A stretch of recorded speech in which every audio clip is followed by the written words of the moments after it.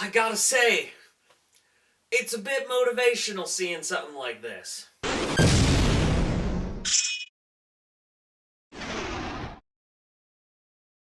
Alright guys, gals, and everything in between, I'm here today to review for you Iron Lung. This project was written, directed, starred, produced, you can add a lot of credits, by YouTuber Markiplier. And this particular project was based off of an indie video game by David Seismansky. I'm really sorry if I butchered your name. It ultimately is a cosmic eldritch horror film set in a post-apocalyptic universe where the stars and planets all kind of gave out at once, called the Silent Rapture, and the only survivors are people who live on space stations.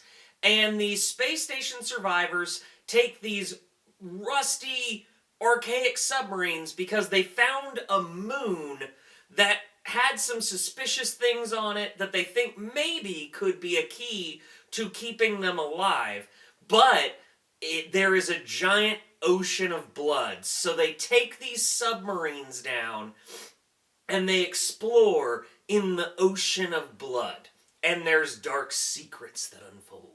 This is the directorial debut of Markiplier, and I couldn't help but go see this film because, frankly, I found it rather inspirational. As someone who grew up making movies with my friends, as someone who's always had a passion for film, I had to see this because this was basically self-released by Markiplier through the help of his subscribers.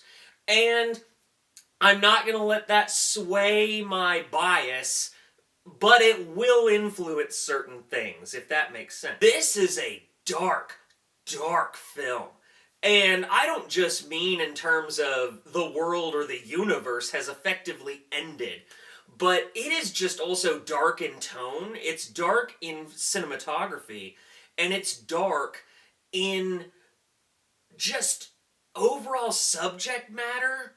And that works really well for a one-set film, per se. Markiplier really utilizes his one set to his advantage, and he makes every shot compelling. Whether it be he makes it darker, he makes it brighter, maybe there's something illuminating, or things like that. I loved every shot of this film. I thought he did really well with his cinematographer to convey that he is in a submarine.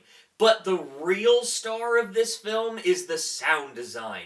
The sound design is eerie. You can hear it, like the submarine swimming through blood. You can hear something lurking around them. There is so many just eerie noises that just set the tone, and it is a masterclass in sound design.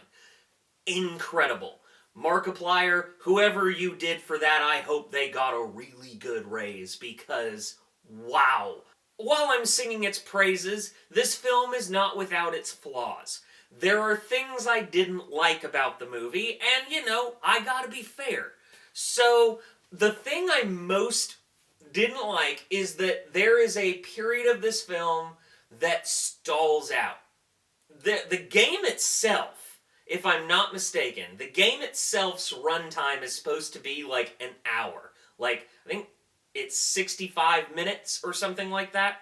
It's a short game. And we're taking the short game and effectively doubling the runtime. So there's a bit of padding in there. Now, I get it's Markiplier's passion project. It's something he really wanted to do. But that doesn't mean we need to see even more padding, whether it be him talking to a wall effectively. Cool, there's some really good stuff in that that really conveys the Lovecraftian, eldritch horror, I'm descending into madness. But there is a point in the film, in the second act, and if you've seen the film, you know what I'm talking about.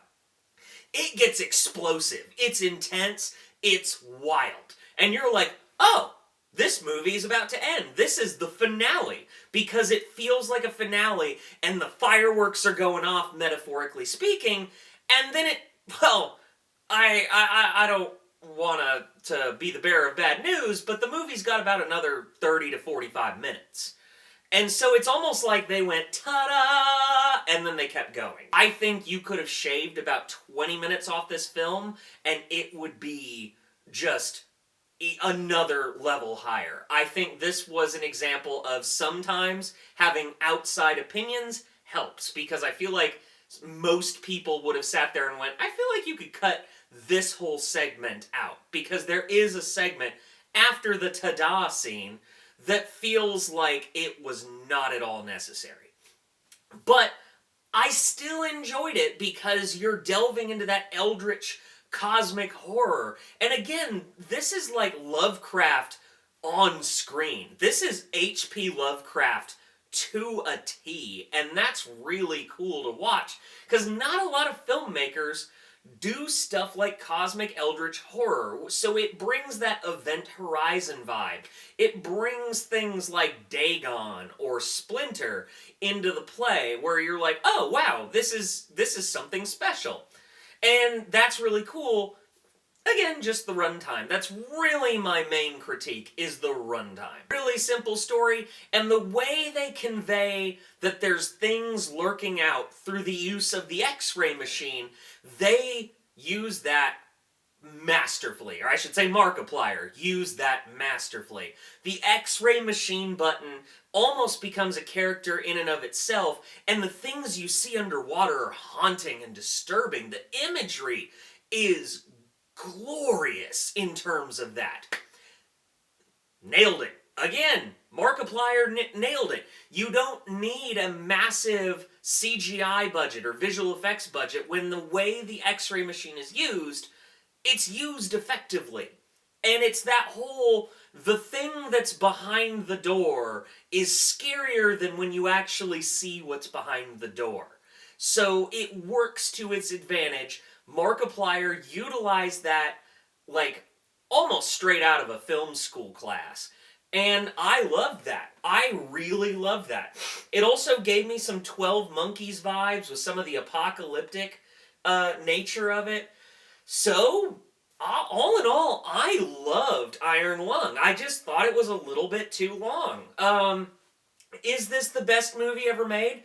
No, and I think Markiplier would be the first one to tell you that it's not. This is the first go he has at filmmaking, and if this is his if this is his first go, I am so eager to see what he does next. So I will say, Iron Lung is big screen worthy.